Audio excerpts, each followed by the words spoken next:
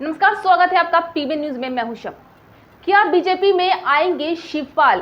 क्या अखिलेश के साथ बढ़ेंगी चाचा शिवपाल की दूरी? आखिर क्या है शिवपाल यादव का सियासी भविष्य? ये सवाल पिछले कई दिनों से लगातार उठाए जा रहे हैं, जिसके जवाब पर अब तक सस्पेंस नहीं हटा है। अब वहीं इस बीच शिवपाल यादव ने बड़ा कदम उठाया है। आपको बता दें कि उत्तर प्रदेश विधानसभा चुनाव नतीजों के करीब 2 महीने बाद प्रगतिशील समाजवादी पार्टी लोहिया के अध्यक्ष शिवपाल सिंह यादव ने अपनी पार्टी और संगठन को मजबूत करने की दिशा में काम शुरू कर दिया है। उन्होंने फ्रंटल संगठनों के गठन की प्रक्रिया शुरू कर दी है। उन्होंने 9 फ्रंटल संगठनों के प्रदेश अध्यक्षों की घोषणा कर दी है।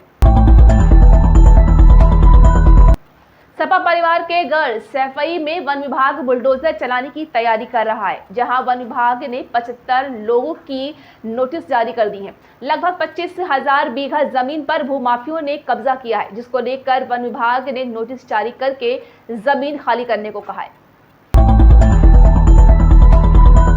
ज्ञान व्यापी मस्जिद में सर्वे को लेकर विवाद बढ़ता जा रहा है। कोर्ट के आदेश के बाद शुक्रवार को सर्वे करने के लिए टीम पहुंची तो मुस्लिम पक्ष से मस्जिद के अंदर वीडियोग्राफी किए जाने का विरोध किया गया। जी हां, वाराणसी की ज्ञान व्यापी मस्जिद एक बार फिर से चर्चा में आ गई है। वहां अदालत की ओर से नियुक्त वकीलों की एक टीम शुक्रवार को निरीक्षण के लिए पहुंची, जिसका विरोध हो रहा है। शुक्रवार को ज्ञान व्यापी मस्जिद और श्रृंगार गौरी के सर्वे को लेकर जमकर हंगामा हुआ। सर्वे के पहले दिन कोर्ट कमिश्नर ने श्रृंगार गौरी के आसपास इलाके का सर्वे तो कर दिया, लेकिन जब टीम मस्जिद का सर्वे करने पहुंची तो वहां हंगामा शुरू हो गया। हंगामे की शुरुआत नमाज पढ़ने से ही हो गई थी। वीडियोग्राफी कराए जाने से पहले ही मुस्लिम समुदायों के कई लोग वहां नमाज पढ़ने पहुंच गए। इसके बाद वहां नारेबाजी शुरू हो गई। जब सर्वे करने वाली टीम ने बैरिकेडिंग के अंदर जाना चाहा तो मुस्लिम पक्ष के वकीलों ने इसका विरोध किया। विवाद इतना बढ़ गया कि कोर्ट कमिश्नर को जिलाधिकारी को बुलाना पड़ा। हालांकि बाद में तय हुआ कि अब सर्वे शनिवार को यानी आज कराया जाएगा। हैदराबाद के नागराजू हत्याकांड पर एआईएम के अध्यक्ष असदुद्दीन ओवैसी ने कहा है कि लड़की के भाई को कोई हक नहीं है कि उसके शौहर को कत्ल करे। ये कानूनी जुर्म है और इस्लाम में भी बदतरीन जुर्म है। देखिए असदुद्दीन का यह बयान। मैं खुलकर कह रहा हूं, वो जो वाकया सरूनगर में हुआ, मजलिस इत्तेहादुल मुस्लिमीन उसकी मजम्मत करती है, कंडेम करती है। हम उसका कंडेम करते हैं इसलिए कि इस्लाम में शादी जो होती है 2 मुस्लिम मर्द और मुस्लिम खातून में होती है तो ही निकाह होता है। हिंदू मैरिज एक्ट में आपको हिंदू होना जरूरी है, तभी आपकी शादी लीगल होती है।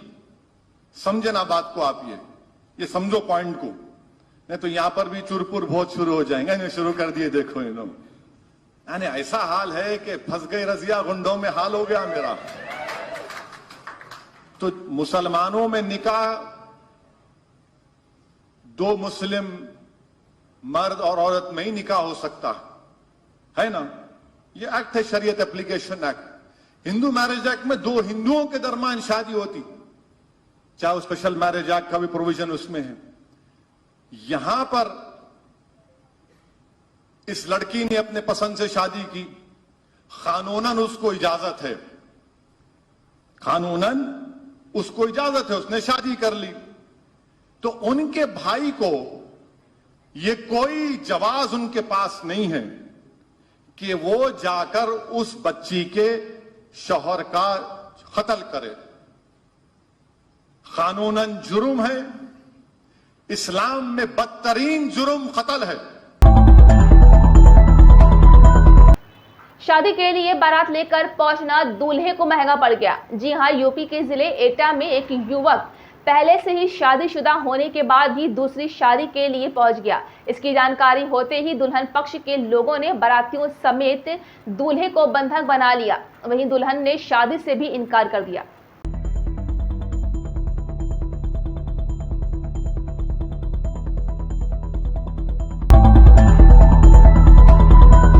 पाकिस्तान के नए प्रधानमंत्री शहबाज शरीफ ने भी अपना पहला विदेशी दौरा सऊदी अरब का ही किया है, जहां पाकिस्तान और सऊदी अरब के बीच पाकिस्तान की स्थापना के समय से ही मजबूत संबंध है। आपको बता दें कि 1970 के दशक के बाद से ये संबंध और भी मजबूत हुए हैं। पाकिस्तान के नेता अपने पहले दौरे पर सऊदी अरब जाते रहे हैं। आखिर पाकिस्तान की मदद करने के बाद सऊदी अरब को क्या मिलता है, देखिए इस वीडियो में। पाकिस्तान के नेता अपने पहले दौरे पर सऊदी अक्सर जाते रहे हैं। विश्लेषक मानते हैं कि ऐसा करने की सबसे अहम वजह है सऊदी से पाकिस्तान को मिलने वाली आर्थिक मदद। पाकिस्तान की अर्थव्यवस्था जब जब संकट में आती है, सऊदी अरब उसकी मदद के लिए आगे आता है। ऐसे में सवाल उठता है कि सऊदी के लिए आखिर पाकिस्तान इतना जरूरी क्यों है। सुन्नी बहुल देश सऊदी अरब और शिया बहुल ईरान के बीच अरब दुनिया में वर्चस्व को लेकर प्रतिद्वंदिता रही है। ईरान और सऊदी अरब के बीच अभी भी रिश्ते बहुत अच्छे नहीं हैं।